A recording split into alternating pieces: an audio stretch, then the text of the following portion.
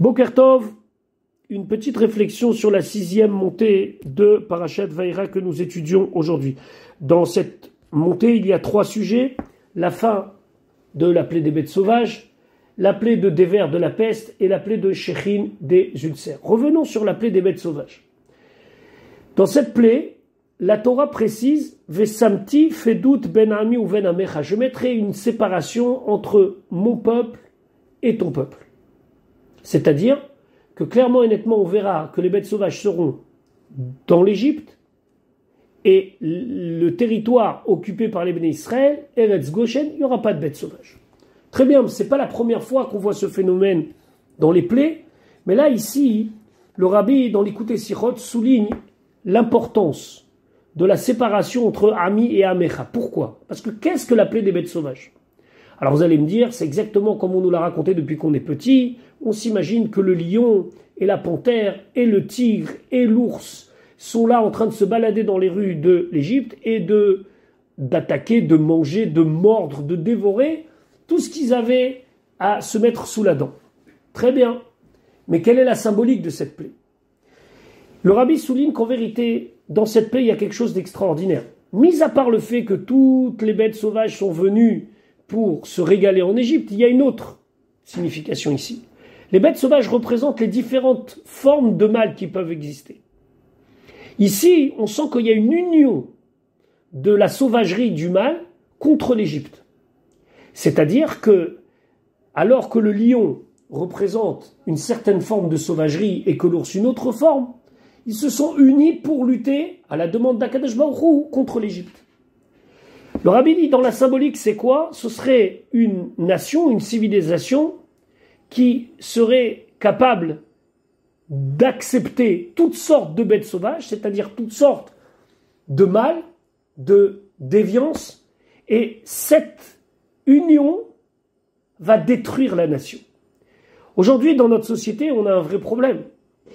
Pratiquement tout ce qui avant était tabou tombe par la presse, par ce que l'on regarde et on entend, par des fois les gouvernements, et rien ne paraît grave.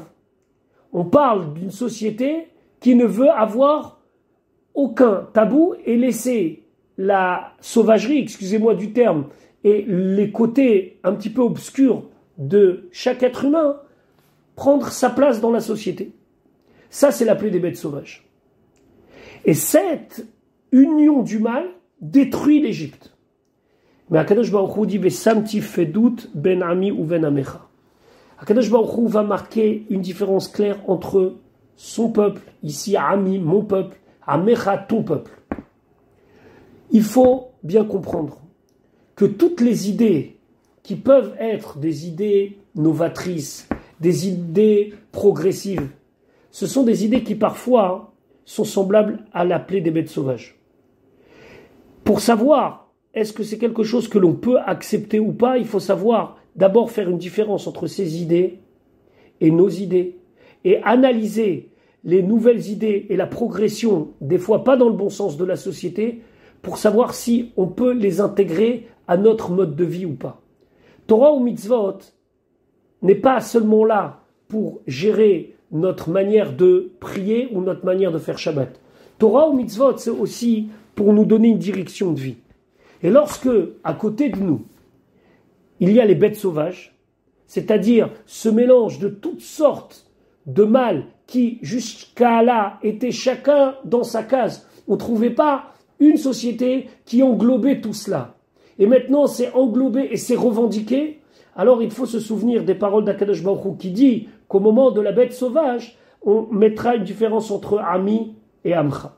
Je tiens à préciser pour que mon poste ne soit pas mal interprété, qu'ici on ne parle pas d'individus. C'est bien connu, la phrase de David Ameller dans Teilim, Yitamu chataim mina haaretz chataim velo chotim, nous disent nos chachamim, que les fautes disparaissent de la terre. Les fautes et pas les fauteurs. Lorsqu'on juge une société ou la dérive de la société, on ne juge pas des individus en tant qu'individus. On juge un état d'esprit qui veut changer la manière dont on doit penser selon la Torah et les mitzvot. En aucun cas, notre jugement sur les déviances de la société ne s'applique à une personne dans son individualité.